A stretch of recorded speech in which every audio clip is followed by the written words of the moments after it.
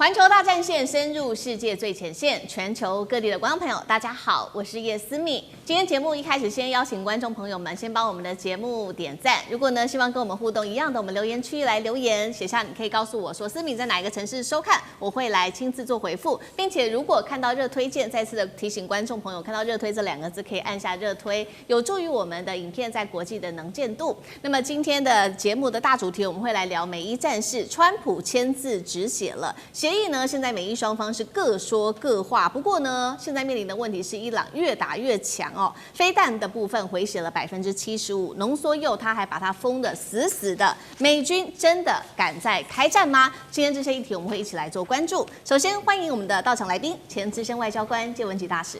思敏好，各位朋友大家好。时事评论员王尚志，尚志哥。思敏好，各位朋友大家好。好，还有资深媒体人彭华干，干哥。主持人好，大家晚安。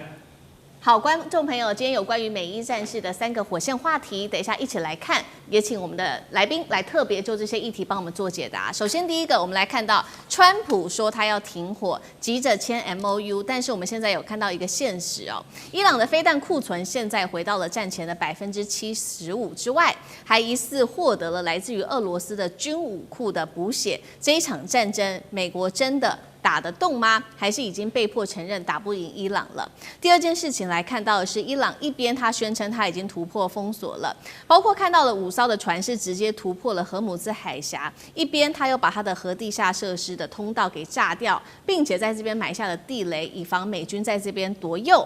这是在谈和平吗？还是直接在宣布敢进来，谁就会对他来做开战呢？第三件事情我们会来关心到的是 MOU 上面也特别讲到说，这个是美方的说法，他说伊朗说他未来不会永和，而且海峡会免费的通行，战后还会呢重建。美方这边有一个数字说会给他3000亿美元，但是呢这些消息都遭到否认，至今美伊仍然是谈不拢，会不会因此引爆下一场更大轮的战争呢？并且双方是不是又在为下一场战争来做准备？今天就这些议题我们会一起来做关心。这一场美伊的战事打到现在已经将近是4个月的时间了，终于啊，马上的在几天后19号就会来签这个 MOU， 这是来自于川普单方面的说法。他说这个会在19号这一天来正式签署这个叫谅解备忘录。他当中特别提到了呢，当初他喊的就是说要摧毁伊朗，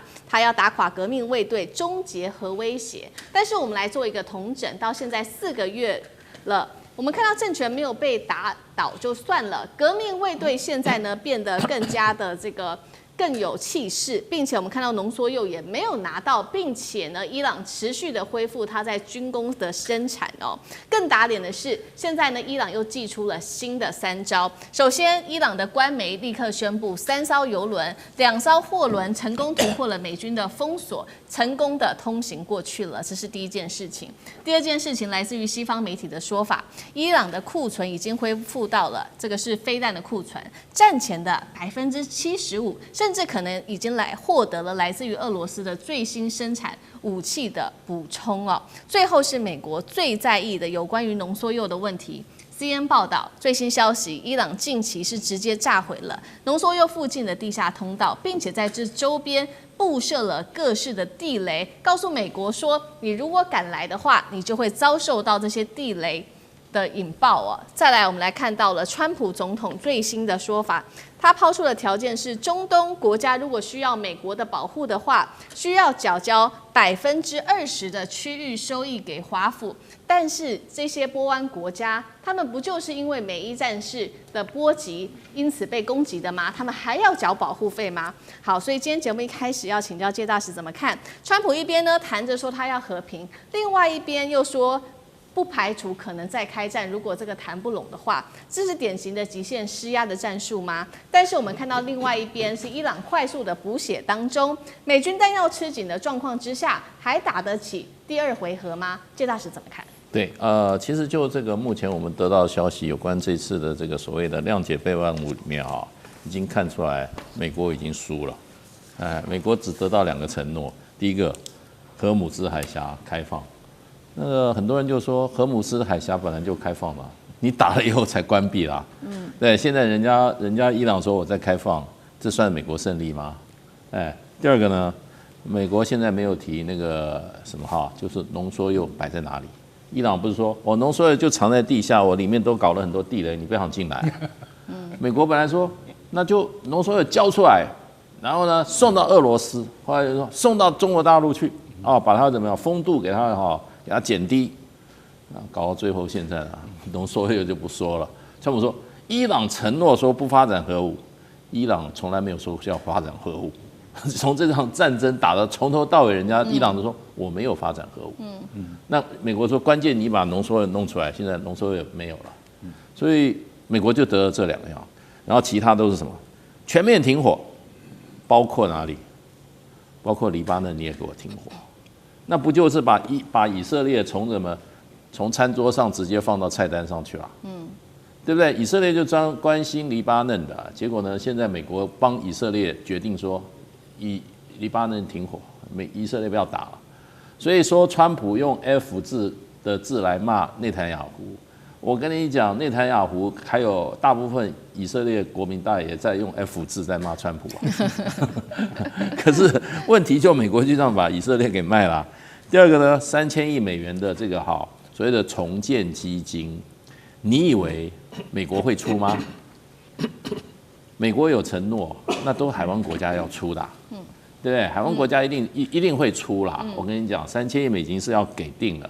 然后这个阿联酋马上解冻封锁的这个伊朗的资金啊，然后其他原来以前说什么伊朗要放弃导弹能力啊，伊朗的这个军火啊什么这些工业要开放啊什么一大堆都没有了。所以现在川普昨天还在讲说我们这个条约可能不公开，那不晓得了。不管怎么样，从目前得到的讯息，都认为美国怎么样？这场战争战场上没打赢，谈判桌上也没打赢，两者皆输。所以大家就在讲一个问题，就是说，现在有一个全新的伊朗已经出现了。这场战争是浴火凤凰已经出现了，这就是新伊朗。另外还有一个新中东，中东也没有了。川普还说要收%区域费，这些国家不把你美国赶出去，就已经很偷笑了，对。所以现在这个新的中东也是一个我们值得我们观察局面。不过川普反正求仁得仁嘛，对不对？最后呢，朋友也得罪光了，然后呢，战争也没打赢，那只得到一点，就是他的诺言实现了。我要生日那天，我要怎么样宣布我的最高的理想是世界和平。对，这一场战事打到现在总共是4个月的时间，大家也在看说，确实是不是有一个所谓的伊朗3.0正式的到来，也就是现在是这个伊朗是由革命卫队这种强硬派的革命卫队所领军的，所以我们也看到，确实伊朗最近的攻势也蛮大的，除了打了这个在美军的这个约旦的美军基地之外，现在呢，来自于媒体的报道还打下了包括 F-35、F-15跟 F-16来自于伊朗的最新说法，在这样的状况之下，美军还讨得到便宜吗？那刚刚这个大使也帮我们特别提到了有关于3000亿美元的这个重建费，波湾国家要给伊朗的部分，他们真的愿意给吗？那干哥又怎么看？我觉得如果说这一张 MOU 只有1页半的话那真的是在很仓促的情况之下，就卡利巴夫来，我们就视讯，然后就从开始念1到第14项开始念，同意没问题，赶鸭子上架，赶快签了吧。为什么？我川普没有空，真的没有空。他现在没有那个美国时间，真的是美国时间，他真的没有时间再花心思在这件事情上面。为什么？他急于达成止血，他一定要止血。这件事情对于他的政治生涯，对于美国现在的政情，以及对于整个世界经济的影响，都必须叫你要止血了。如果你再不停下来的话，会对你自己本身的政治生命产生很大的影响，所以他必须要停了。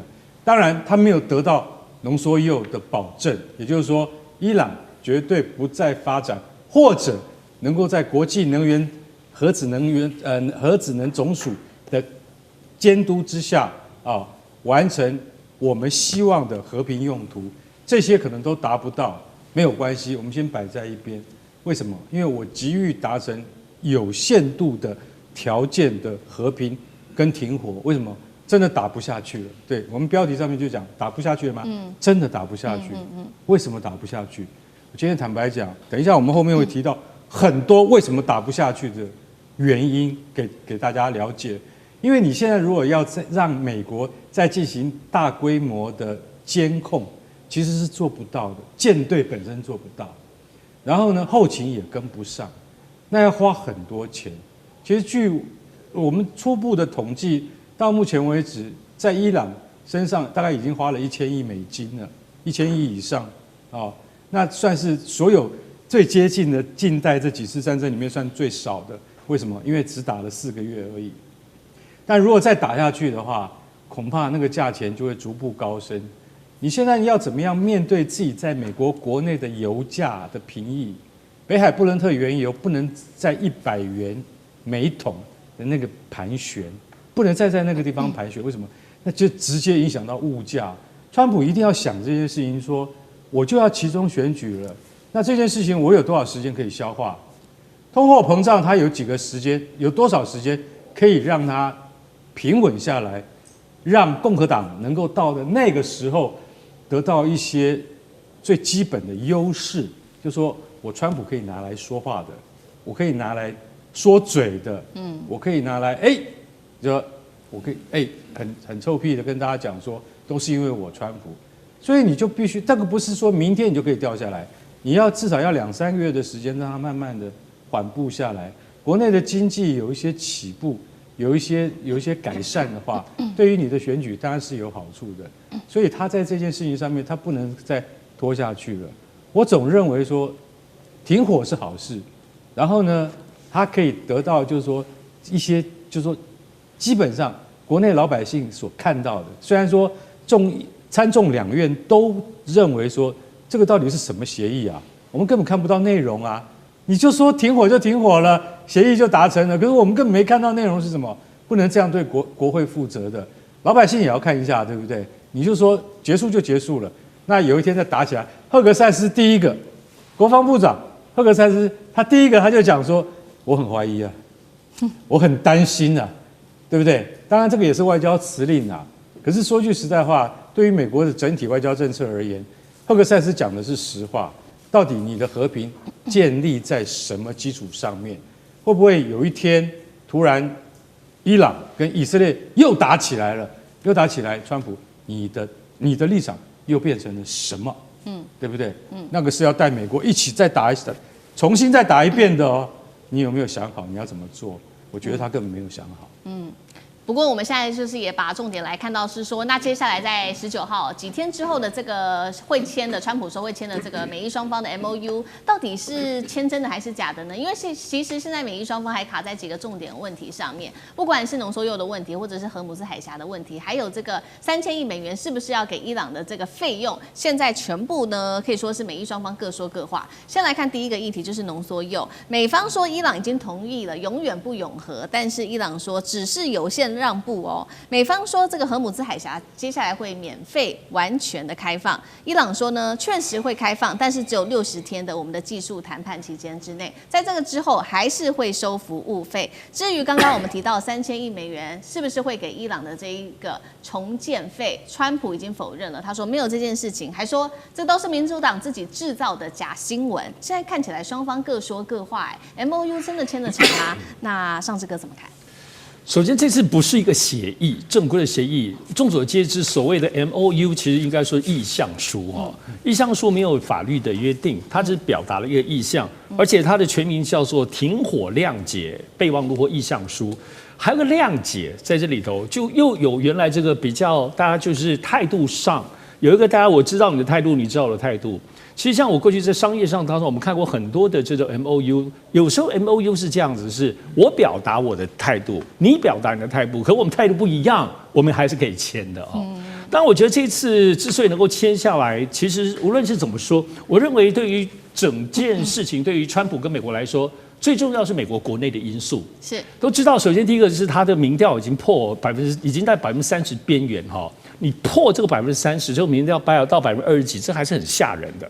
除此之外，是现在前期其中选举当中的一些州他们的部分的选举可以看得出来，民主党可能就是因为这个美伊战争的部分开始很多，包括很多的原先共和党本身支持的州都最后翻盘。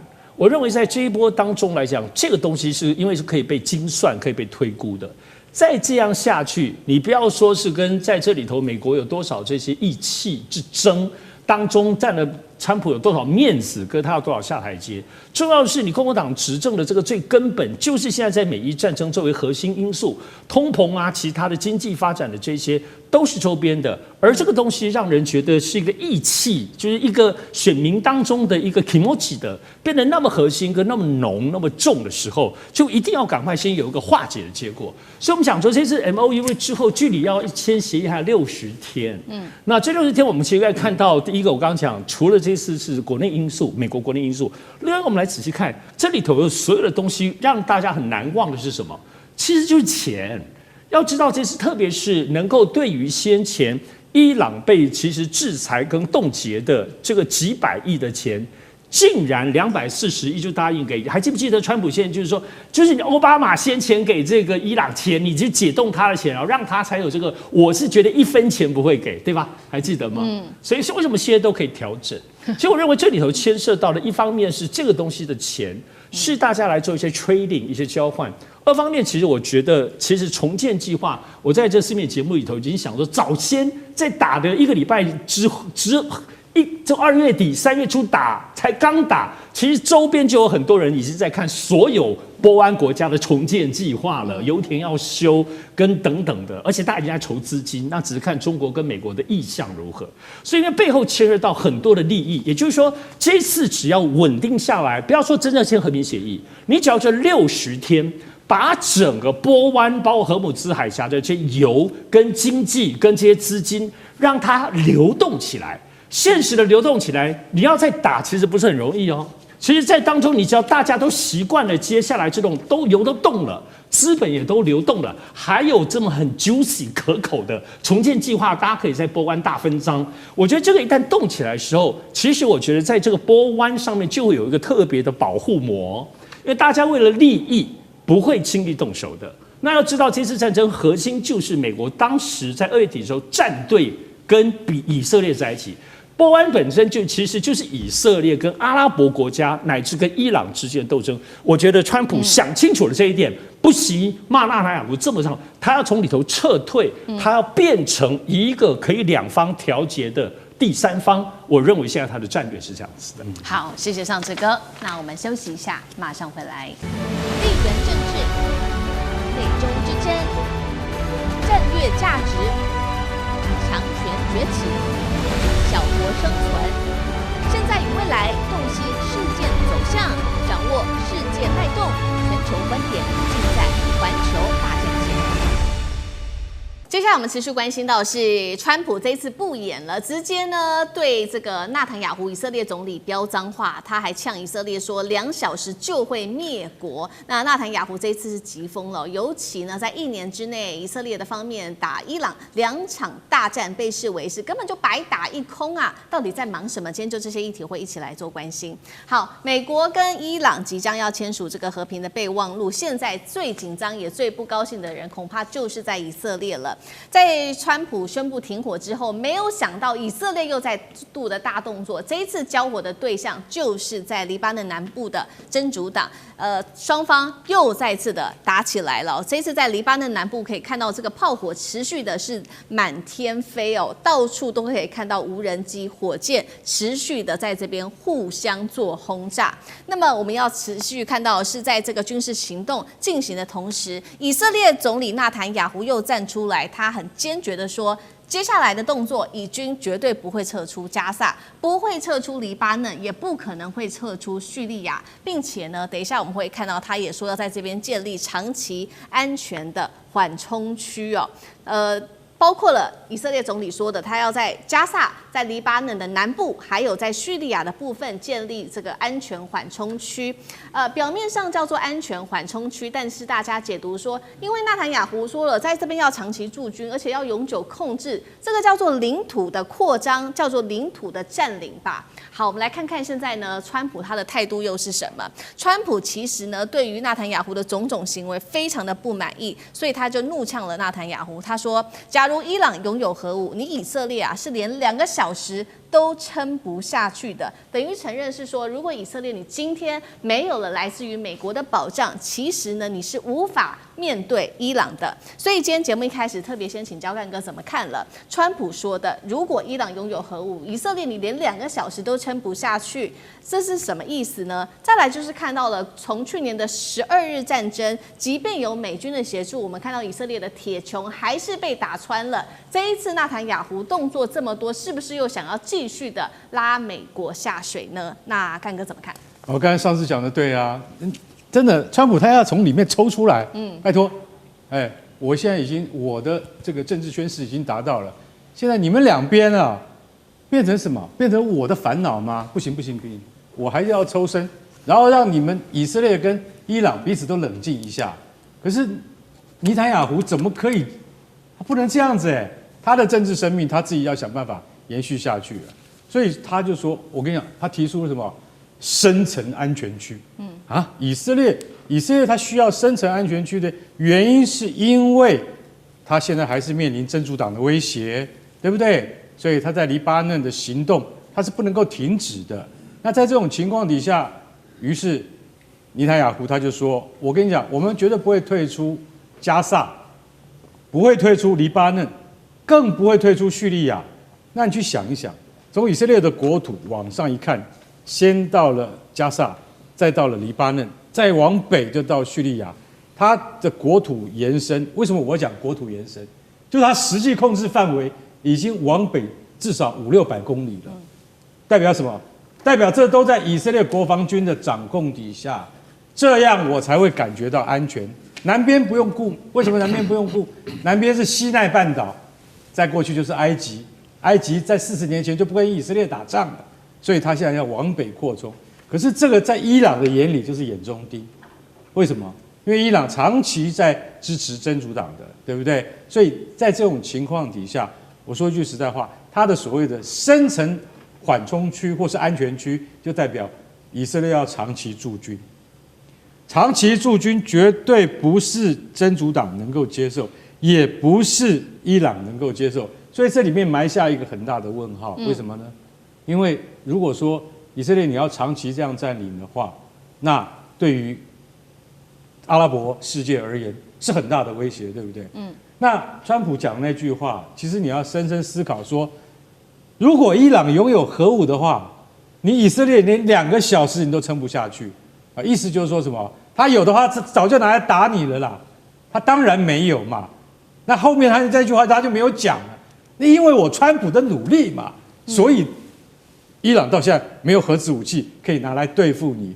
结果现在停火协议MOU 初步达成了，以色列最大报纸叫做《新消息报》，它的头版标题就写什么？你知道？烂协议，说美国你跟伊朗达成的这个协议是最烂的，为什么？因为里面没有以色列的角色。奇怪，你们达成协议，我也是这个中间很重要的一份子啊，怎么没有以色列代表来啊？对不对？你跟卡利巴夫签协议的时候，要有以色列代表在现场啊，没有，川普直接摒弃了以色列，直接以色列你不要来，为什么？你一来搅局，我跟你讲，我们啥协议都不用谈了。所以尼坦雅胡等于是被背弃了，背弃可能太严重，被放弃了。这件事情我要把你放弃，因为我上次跟你连讲2天。尼坦雅胡，你不要空袭贝鲁特，我快要达成协议了。结果话才刚讲完，炸弹又丢到贝鲁特了。所以你这个朋友我跟你讲我真的不能够信任你。我们要签协议的时候，以色列你不要给我掺一脚，不然的话太危险，达成不了。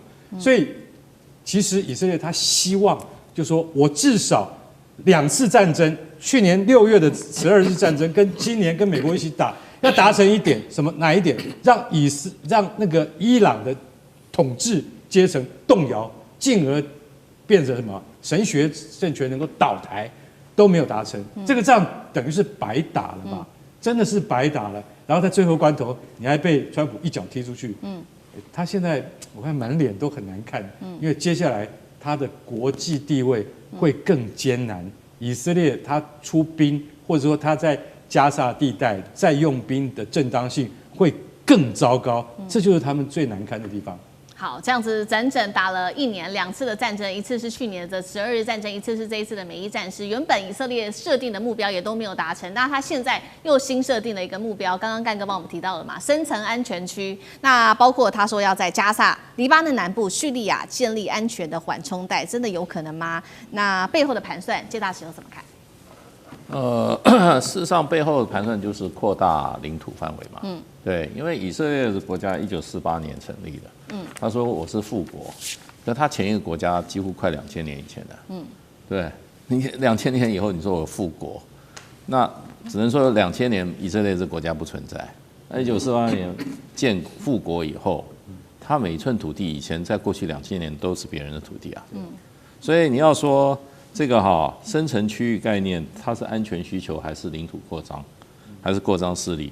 生存安全期基本上就是说，以色列的安全需求就是要势力扩张，没有势力扩张，以色列就没有安全。所以这两个是一体的啊。那你以黎巴嫩来讲的话，黎巴嫩它现在的国土距离以色列所要的安全线，已经怎么就是说，以色列的边界离现在的它所有安全线已经向北推了20公里了。20公里到什么？到一条河叫利塔尼河。利塔尼河往南走20公里就到现在黎以边界。那以色列现在已经把利塔尼河以南所有土地全部控制了。他说这是缓冲区，可是缓冲区就是变成他领土的前奏曲而已。现在已经完全占领这块，这里面有10万居民，以色列已经通知他们了，请你们尽快离开。还要打仗嘛，10万人通通要走。对，那这是以色列领土就是这样来的对不对？你现在加萨走廊好了，加萨走廊以色列已经说了，我要实控70%。现在的巴勒斯坦人在加萨走廊那30%的地你们去住，你都给我归到那30%的地，其他70%我要收回来了本来这个100%的加萨走廊都是巴勒斯坦人现在这一场战争打下来，70%以色列说这个是我要实控区了，请你们巴勒斯坦人到那3%我划30%划的土地去住吧。然后怎么讲呢？就很简单就发传单你们赶快离开这个地方，你现在那个地方比较安全，都去那个地方。哇，那巴勒斯坦人又开始扶老携幼，又在逃难了，对不对？然后呢？然后人家问以色列说：“那你最后你对这巴勒斯坦是怎么样？你要怎么处置他们嘛？”巴勒斯坦也有个疑问，他说：“很简单，4个字：自愿离开。”自愿离到哪里对不对？最后就是他的安全需求就是势力扩张。没有势力扩张的话，就没有今天的以色列了。对，所以你看他已经在扩张了。这一次战争，你看从加萨走廊战争开始，整个加萨走廊他拿了70%了。然后呢，现在叙利亚的国土他拿了1/8，利塔尼河以南他已经拿了。那还有呢，约旦河西岸那个屯垦区，现在就在那边这叫什么？这叫移居者。他们这些人呢，因为以色列还有不断有新移民进来，全世界还有很多犹太人要去以色列做以色列国民他说：“那你们去屯垦区，我政府保障你，可是那些土地你们要自己把那些原住民清掉。”那手段很残酷就是放火烧人家房子，要不然就去丢石头叫你们离开。那人家就说：“那这地方是我祖先就在这里。”他说：“人家说不行，2000年前是我们的。”所以这个就是以色列的生存方式。所以以色列只要有机会，他一定要怎么？他是攻击再攻击再攻击。只要能打就打，要不然就不会有以色列这个国家。好，不过我们也来看到，那纳坦雅胡做了这么多动作，刚刚我们特别提到了嘛，这个轰离南的地区还不断的扩张占领的土地哦。那其实背后是不是也有政治的盘算？原因就是因为纳坦雅胡在今年10月份的时候就会遭到这个他的官司危机，也就是这个贪污案哦。那么10月底的时候就是大选，那他可能会被清算，这个是一个问题。那尤其是现在呢，在以色列内部也出现了各种的杂音，反对派现在也集结要拉纳坦雅胡下台，而且军方还有前高层，包括了安全的这些高层的顾问们，也开始质疑他发动这一场战争的这个可信度到底有多高。再来呢，现在也被这个来自于《纽约时报》的最新评论讽刺说，这个以色列你1年之内对伊朗发动了2次的战争，至今一无所获。尤其是你当初设定的这些目标，到现在真的看起来也都没有达成。我们来看到以色列当初设定的目标，包括他说要摧毁伊朗的核能力、它的飞弹、导弹，还有削弱革命卫队，并且推翻伊朗的政权，现在看起来全部都没有。而且美伊谈判，以色列还被排除在这个谈判的之外。尤其呢，现在川普也非常的不满纳坦雅胡，他还骂脏话。如果不是我，你早就在监狱里面了。美以之间的这个分裂也在这边可以看得出来。上志哥怎么看？现在会不会以色列可以说是最大的输家吗？纳坦雅胡个人，他其实现在在国际间，在很多的国家都基本上视他为这个战争的犯罪者。然后是很严厉、很强烈，像西班牙等等很多的国家。然而，他其实面对最大的问题，其实还是在以色列自己的国内。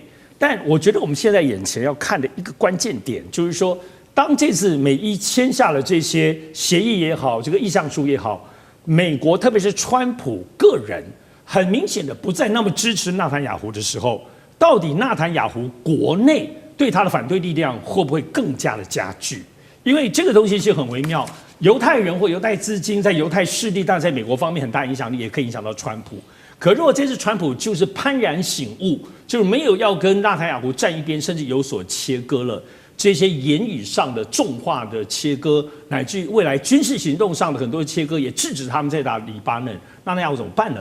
我们知道，其实纳坦雅胡现在国内最大的面临的问题，首先第一个就是他的民调，在民调的支持现在来讲，认为他早就不应该去选了，就认为你凭什么再选？就对他等于是不只是不支持，视他为无误的，在现在以色列内部当中，高达60%到70%，跟川普现在的这个30%有的拼哦，就民意极差，差到如过街老鼠，你可以这样讲。第二个部分其实主要是他这个贪腐的这个司法的部分的问题，因为早在2019年，基本上就已经所有的贪腐证据都确认了，而且在之后纳坦雅胡那么大转型，在波湾里头掀起那么大的危机，其实是在这个我们都知道是在疫情 COVID 之前，他就已经在整个突然变成个极右翼，他以前没有到这样的地步，后来就变成极右翼。好，但是第三个就是现在以色列的国内当中，即使右翼，他的这个极右翼没有错，很强悍。然而右翼当中，包括那些军方很多人，其实跟他的路线不见得一样哦。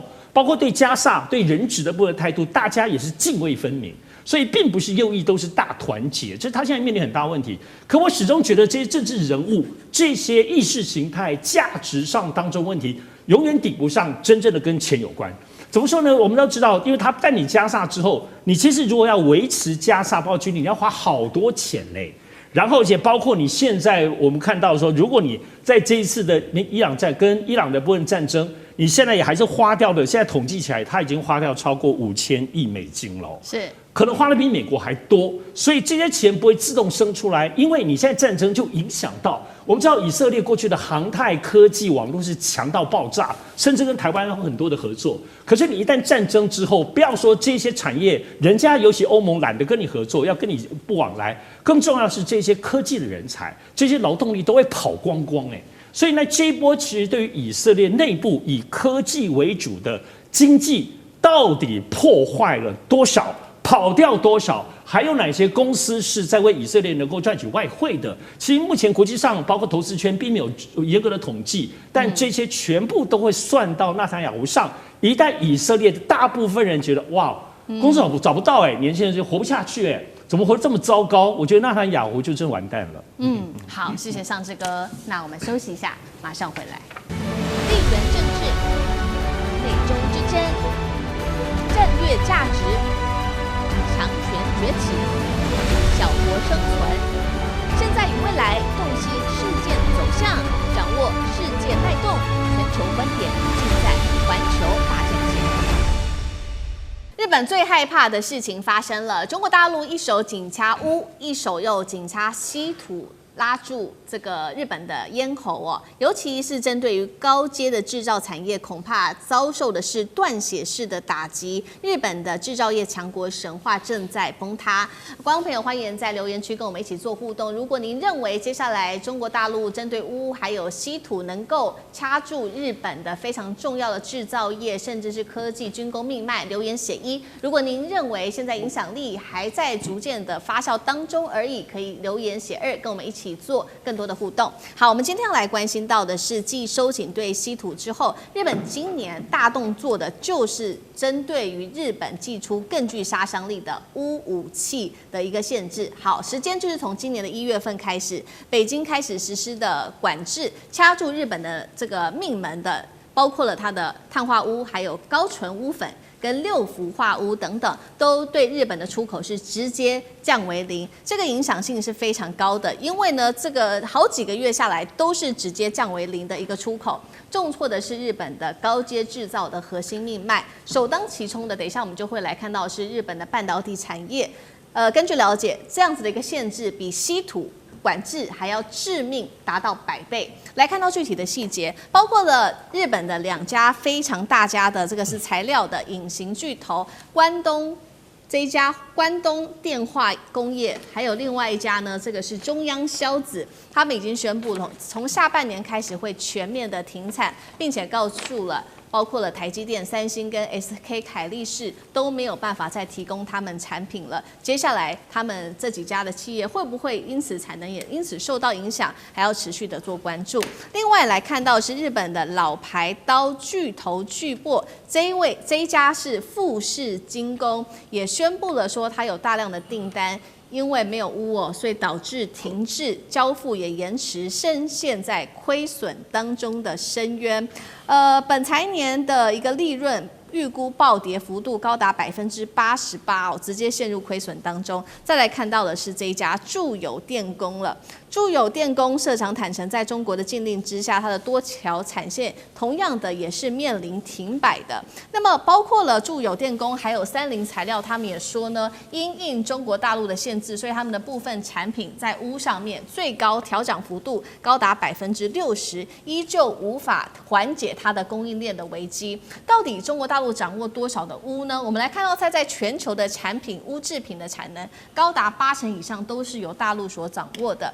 而日本大约80%也都是依赖中国的进口，尤其我们要看到有一些依赖度更是高达100%，包括这种晶片级的6氟化钨，还有这种军工级的高纯钨粉，是100%都是依赖中国的。即使说它可以其实呢跟这个越南买，或者是跟拉美国家买，但是呢它不论是在纯度或者是精炼的工艺上面，它的规模等等都还是无法跟上大陆的进度，也无法满足日本的这些高阶需求，不管是在日本的高阶机床、晶片跟军工产业的需求上。所以呢，中国对日本的这种限制，对日本的产业界到底冲击有多大？大使怎么看？冲击非常大，因为这个就是有关这个6氟化钨哈，它是这个所谓的芯片生产上最重要的一个怎么样涂料。也就是俗称的光刻胶啦。那日本在这方面本来就是技术领先，它占全世界这一类这些这个所谓光刻胶的供应量在20%以上，20%以上，所以这个会影响到下游的产业。那么就是说这个三星电子啊，它是做这个所谓的逻辑晶片，还有海力士是做记忆晶片 HBM 那还有我们台积电。都运用到这些重要的这个涂料，那可能都会因为日本方面没有办法出货，而且他已经公开宣布7月停产了，造不出来了，那就变成这个会影响一系列产业链。所以关于就这一点，美国出面替日本求情，跟中国大陆讲说，我们基于全球产业链的考量，希望你中国网开一面可以开放这些稀土到日本去，那美国正式出面替日本求情，中国大陆外交部发言人说，他说我们对日本的稀土供应停止供应，是因为我们要抑制日本军国主义的复苏，以及日本想要永和的企图，当场拒绝。所以呢，这只是这个钨的影响，这些公司都跟这个钨有关系嘛，对不对？你知道钨的物理特性，它是耐高温的，它的熔点是在3200多度。对。然后呢，它物理特性我记得没错的话，它很奇怪，人家是热胀冷缩，它是热缩冷胀。所以呢，就变成你的那个炮管啊，你那个需要耐高温的东西你一定要有钨在里面。你没有钨的话，你连什么高射炮、火箭啊，在那个高温之下它就融了。那有钨在里面就不会融，也不会变形。所以这个东西太厉害，所以中国大陆就明讲，我就是不要你搞军国主义，所以我就把它禁掉。另外还有一个东西，因为中国大陆对日本的这个稀土供应除了钨之外，还有很多项镓还有这个锑，还有重要的瓷土的原料。所以日本还有一个很重要的一个大公司叫信越化学。这个日本是啥？它出什么有关磁类的产品，就会产生磁性。你知道磁在这个发动机里面扮多大重，非常重要。是，它是一个基础性原料，现在也没有了。信越化工也说，对不起，磁铁到7月为止，我就没办法生产了。你知道没有磁铁的话，很多汽车工业、很多机械工业，对不起，都停产。所以日本现在是急得不得了啊！怎么讲呢？他的外长特别跑到蒙古去了一趟，说我们要跟蒙古合作开这个稀土。然后在今年2月6号，日本政府正式宣布，我们在南鸟岛附近水域的6000公尺深的海床上面，发现什么呢？发现存储量全世界第3的叫什么？稀土泥浆。还不是矿泥浆，哇！我觉得日本人，我不晓得日本人会吹牛，不过我觉得这已经变成有点吹牛了。是，你在泥浆也变成一大重大发现。对不起，人家这3家工厂今年7月开始要倒了。你看泥浆等到哪一天？日本说我明年2月开始要去研究开采的可行性。那你不是就等于说这个人快饿死了？说，哎呀，我到我家仓库里面找到了一粒种子，一袋麦子的种子，我立刻就去看是不是还可以种得活，我要准备开始下种子了。人家说对不起，我还有3小时，我就告别人世了，对不对？所以现在这个日本这个是一个很严重的问题。那比较麻烦的就是说，尤其它的那个光刻胶。会不会对我们台湾产生影响？我是觉得我们应该早点评估一下。好，我们现在是看到这个初步这个日本从被受到这个钨的限制，从今年的1月份开始就没有这个钨。那其实呢，中国大陆的限制不只是钨而已，今天我们还会看到的是包括了另外一个就是稀土，尤其呢这个稀土的重元素，也就是刚刚大使其实帮我们提到，包括了镝还有锗，依赖度呢日本的方面依赖中国最高幅度高达100%。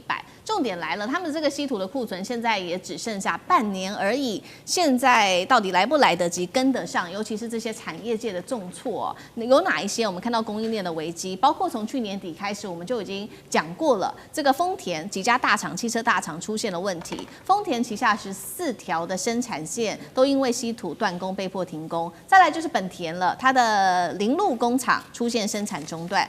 那么日本汽车协会也估计，这个汽车产量至少减少80万辆，经济损失高达2.5兆日元。其他包括了会受到影响的，还包括了电装、爱信、东海理化还有双业产业都恐怕会受到这个车厂的减产而受到危机重挫，供应链重挫。那日本的产业根据专家的说法，现在呢说会进入到第4个失落的10年，原因就是在于日本的制造业的衰退已经不是单一的产业问题，会影响到是整个国家的竞争力。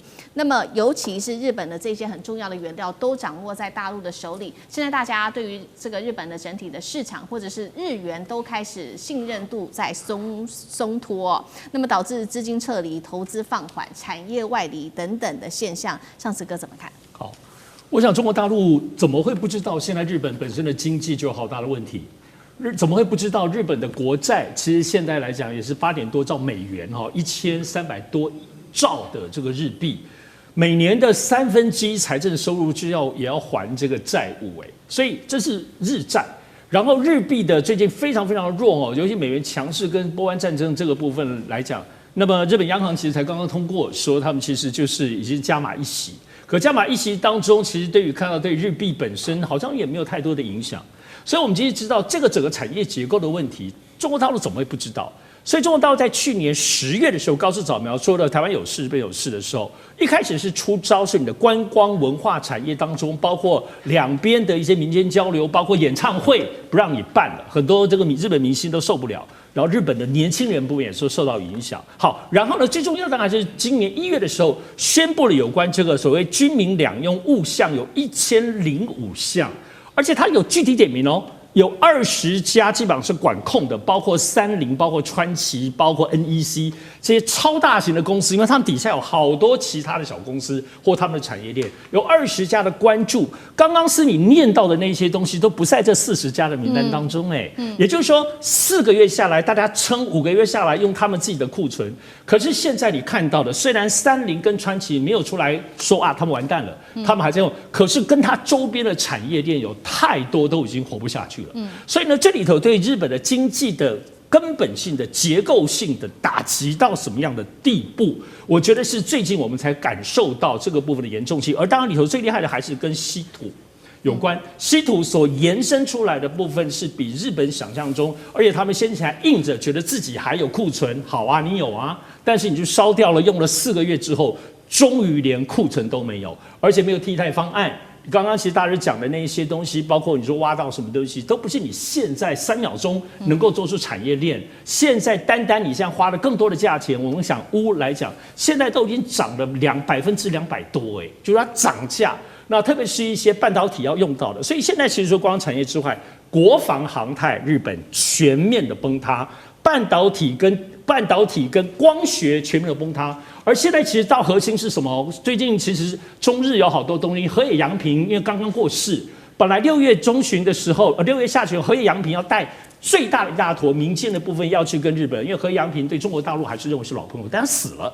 所以你连最后一个可以跟中国沟通的窗口都没有了，而这个东西背后是最有日本关键，影响什么呢？日本的汽车跟日本的各类的电子业，这应该是日本的心脏产业的心脏。所以呢，一旦逐步到这个地步的时候，我不相信在现在包括日本汇率本身，日元有很大的问题，还有日本债务的部分问题，还要给美国5000亿美金，这些加总起来，高市早苗还受得了。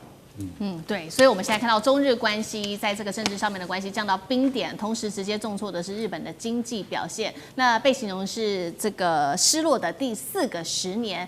可不可以说它的强国的制造业强国神话正在崩塌？那干哥又怎么解读？对啊，我开始想到，如果连川崎重工跟30都受到影响的话，那日本就完蛋了。你真的，你不要不见棺材不掉泪啊！这种企业啊都受到影响的话，那日本的神话就真的破了。你知道，这就是钨以外的这些稀土的风险，造成他们的汽车产业多少公司，当初他们都说，在去年年中的时候都说，我们已经分散风险了我们早就知道了。你知道我们什么时候开始分散那个风险的吗？我们从2010年就知道要分散。为什么？就是因为钓鱼台事件我们对岸我们的大陆朋友说钓鱼岛事件，对，从钓鱼岛事件开始，大陆说我不是不卖你我只是开始审核管控他们从那个时候就开始发现不太对劲了。2010年那个时候他们就开始有被收紧。你说像这种就特别的那个金属元素稀土里面的，他们就发现说，就偶尔他就会来一个来审核照会通知什么意思？通知就是说东西不能马上卖给你要经过层层关卡文书作业。你知道碰到这种东西，我们头最痛的，尤其是这种汽车产业，他没有办法给你拖延的，因为他们都有生产计划跟目标，每个月都要达成的，不然 KPI 就不见了。然后就开始发现说10几年前就开始有这样子的，就你知道像这种爱知制钢，还有什么武藏精密工业，他到去年年中的时候问下来的时候，他们还说我们有特别的库存，结果等到去年底的时候就发现快完蛋了，赶快想办法突破，就像刚刚大使讲的，没有啊，我没有不卖你啊，对不对？请美国来也没有用，为什么？我们就是审核嘛。老实讲一句，我们担心你的军国主义嘛，对不对？好，去年底发生什么事情，大家都记得。12月的时候，我们伟大的爱知那个高市那个首相，他终于又自己去踩那个地雷，叫什么？叫台湾有事论。所以从去年底，大陆就下定决心了，不管是这个6氟化钨啊，还有特别稀有的稀土的元素都禁止。不过这些东西在很多你说高阶的晶片里面，它是不能不用的。我怎么能够不用呢？我不用的话，我跟你讲，我们日本企业的优势跟它的特性完全没有了。所以日本也，你知道他跑去问谁？你知道，他除了要在格陵兰去采稀土矿之外，他跑去澳洲问钨矿啊，还跑去说，哎，说不定那个南韩那个有没有一个叫做桑东钨矿啊，是不是可以重启？桑东钨矿你知道停产多久了吗？30年了，停产30年，你要重新再来过，要什么时候来过？最重要的跟稀土一样，钨矿在大陆的独占的提炼能力、精炼能力，全世界找不到。所以在这个情况底下，你看看日本企业，你说不是只有说啊，我们今天就是说关东电化跟中央硝子2家全球占有20%市场的公司面临什么？现在只是讲停产到倒闭之间只有一线之隔而已。你说不定下个月就听到说中央硝子倒闭了，倒闭的话要怎么办呢？那所以我认为，这个科技业的这个世界秩序重新在重整、在调配之中。也就是说，你有技术没有用，你要有源头。中国就是有源头。以前我们一直认为说，有了稀土万事通，现在连这种稀有金属，连大陆中国都是独家的占有，就晓得说，我认为不是只有光美国。连日本本身都要好好去思考一下，你怎么样在地缘政治上面一定要跟中国妥协，那才是正办嘛。好，谢谢干哥。那我们休息一下，马上回来。地缘政治、美中之争、战略价值、强权崛起、小国生存，现在与未来洞悉事件走向，掌握世界脉动，全球观点尽在环球大战。持续来关心，在军事面，美军神话全面崩塌吗？今天会来特别关心到是美军的战机飞不动，尤其是关心到 F-35，每4架竟然只有1架可以真的打仗哦。那么战斧的爱国者则是快要被打光了，改推廉价的飞弹要来救急。欢迎观众朋友跟我们一起做互动，在留言区写下，如果您认为美军神话全面崩塌，留言写1；如果您认为美军神话持续的，那么留言写2。现在我们来特别来观察到的是美军现在要面临的3大结构的压力。等一下我们的节目会一一来看这个细节。第一个会来看到的是老化的轰炸机，尤其是 B-52这个延寿使用已经超过了70年，仍然在服役，真的可以吗？第二件事情我们来看到，尤其是 F-35的它的这个可用率的部分，现在说在大幅的暴跌，只有25%可以用，也就是每4架只有1架是可以用来打仗。最后一件事情是我们看到包括了各地区都在爆发战事，不管是中东，不管是俄乌，所以呢，美军的弹药消耗的速度实在是太快了，正在这个飞弹库存被多线给掏空。今天就这些议题，我们会一起来做关心。好，我们先来看到一个最新的消息，是一架可以搭载核武的 B-52，也就是美国称为同温层堡垒的战略轰炸机，在15日这一天，在南加州的一个空军基地坠毁。爱德华空军基地坠毁，机上8人全数罹难。上一次有爆发类似的这个不幸的事件的时候，是在2016年，当时在关岛坠毁的，是首度的失事。那么当时还好，机上7人是全数的生还的。那么特别来看一下 B-52它的一些小档案有什么呢？第一个，它的绰号就叫做同温层堡垒，作战的航程高达了8000多英里，可以搭载核武跟多种精准导引的武器。那么它服役到现在，从1955年到现在，其实已经超过70年的时间了。包括呢曾经部署的地区，像是越南、波斯湾、伊拉克、阿富汗跟伊朗等等。这一次我们可以看到是近10年来 B-52轰炸机首度又发生的重大事故。重点来了，服役这么久了，70年了，这一次的事故会不会影响接下来它的延寿的一个计划？上这个怎么看？哇，这 B-52轰炸机，我想在任何包括我这个60岁的人来说，它比我还老，所以在我们印象中，它像神一样的存在哦。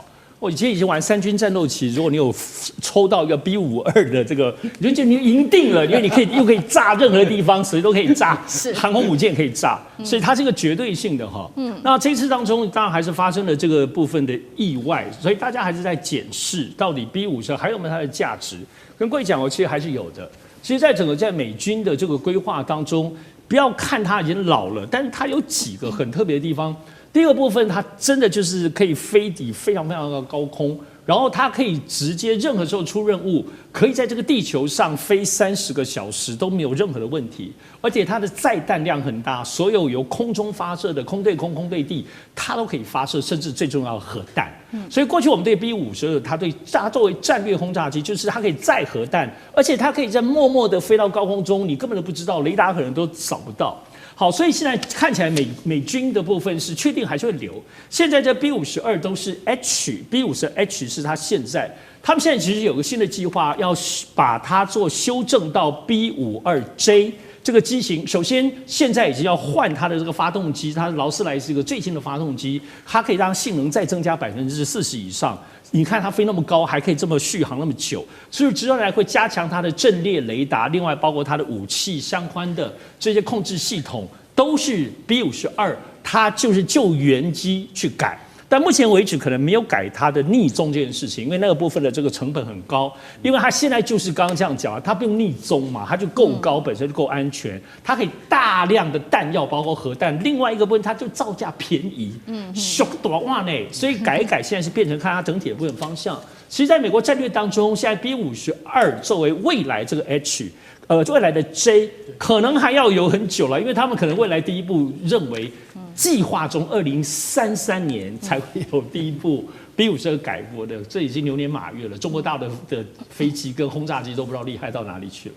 好，所以我们现在看到的是这个 B-52，真的近年来首次又再次的出问题之外，其实要另外看到的是 F-35最近其实呢，在这一次的美伊战事当中，一直不断的被提到，伊朗也说他宣称有把它打下来，但是 F-35我们也要来看到它现在最新说呢，有的问题就是它的妥善率了，每4架只有1架是真的可以来执行任务，所以呢，这个 F-35的联合计划办公室他们就说，那这样子好了，我们未来来追加这个经费预算来改善这个 F-35，所以呢，未来他们说要拨款137亿美元来做包括零件材料跟这个维修的扩建等等。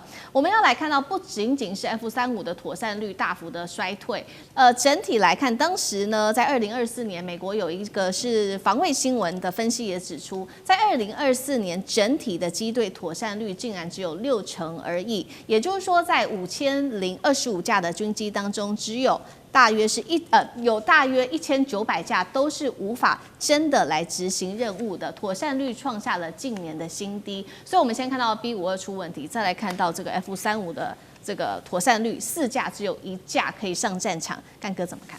好，我先讲F-35在这一次的就对伊朗的战争之中的表现，那我想大家都看到了，它让这个俄国提供的防空系统完全失明，也就是说，他进去的时候，那个所有的遏制系统，甚至还包括中国的系统，看不见它。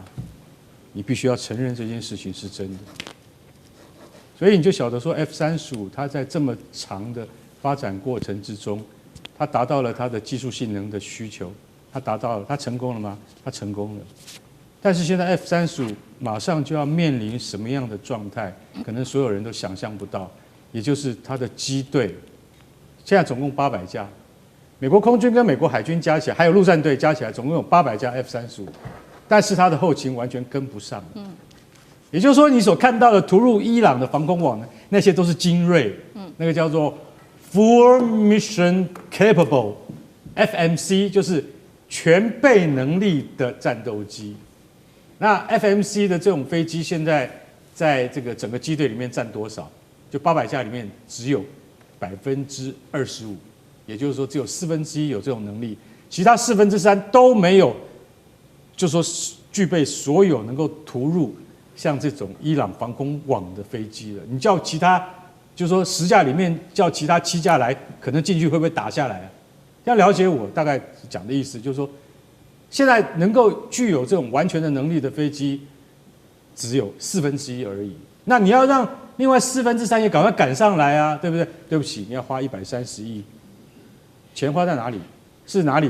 是机翼不好、引擎不好，还是什么不好？都错了，叫做软体跟不上。什么叫软体跟不上？很久以前，1年以前，我曾经在这个节目里面讲过 ，F-35面临将近900项的软体问题。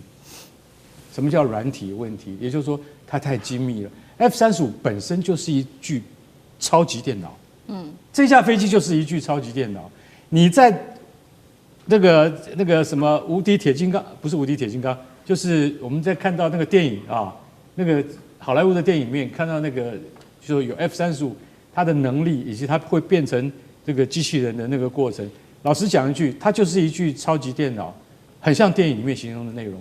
那但是它现在为什么它会没有办法能够进行这样的作战能力？就是因为它突然有这么大的机队，但是它的软体跟不上，它软体每年都必须要更新，每年都要换新。如果不更新的话，我跟你讲，它就会落伍。在这种情况下，洛克希德马丁公司跟不上，因为产能跟不上，因为娴熟的技工。跑掉的跑掉，老的老，然后年轻的不肯来做，用高薪也请不到，这就是 F-35机队现在面临最严重的问题。这也可以给我们中国一个借鉴，就是说，将来你的歼35也会遇到一样的问题。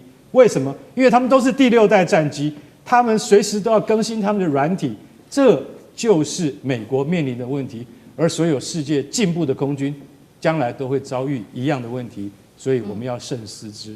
好，所以刚刚看到的是这个洛克希德马丁跟不上这个军工生产的一些关键，不管是软体，不管是人才。不过我们现在要来看到的是，美国的军工还要很担心，同样也是这个洛克希德马丁现在所担心的，就是呢，我们看到它的生产也赶不上，而且成本太高。首先生产赶不上的是这个爱国者快要被打完，再来价格太高的是这个战斧巡弋飞弹。先来看这个爱国者呢，在这一场美伊战事当中呢，快要被持续打完，而且是短缺，但是呢，重点是它要生产1枚飞弹要2年的时间，那要恢复到战前水准还需要3年呢。再来，我们刚刚讲说成本太高，指的是这个战斧哦。美军在这一次的美伊战事当中发射了1000枚战斧飞弹，总成本25亿美元，所以他们认为说再这样耗下去不是办法，所以呢要生产这些低成本的武器，也就是减配版的。他说把这个单枚的成本要压在30万美元以下，规划在2030年希望能够量产达到1万枚这样子的一个量。那我们来看到这个美国的战争部长赫格塞斯，他特别提到了说，大家都说美军有这个飞弹上面短缺的危机，他说根本就没有啦。我们的库存非常的多，这个媒体在编造故事，但是遭到民主党这边给讽刺很酸，他都是骗人的。那介大使怎么看美国的军工引诱？这个是一个大问题了。这个美国这个所有的军事专家都说这个是个弹药不足是个问题，只有佩格塞斯否认，川普不承认。那川普不承认是川普什么事都不承认，对不对？佩格塞斯是川普的是吧？应声虫也不承认。可是大家算一笔账，他就问题都出来了。对，那美国事实上的话，也就是说打了波湾战争，有很多年没打大规模战争，可是。不要忘记了，俄乌战争，乌克兰打的很多武器都是美国。刚开始那个15榴弹炮的炮弹就不够啦，对。连俄罗斯都不够了，美国当然也不够啊。那还有很多相关的军火都不够啊。那俄乌战争就出一个问题，这次又打了个美伊战争，打不下去了嘛，就是因为武器消耗量太大了，对不对？然后都出来问题，那武器消耗量大没有问题，可是问题美国现在很多武器，精良武器靠什么？拆东墙补西墙啊！刚刚算了，刚刚那个干哥讲的800架，现在只有25%的良率嘛，对不对？只有200架。对，那200架说实在缺了零件，缺了软体，是拆那个其他的600架拆的，都是去拆的。那现在我问你，中国大陆稀土一搞以后，我跟你讲更难。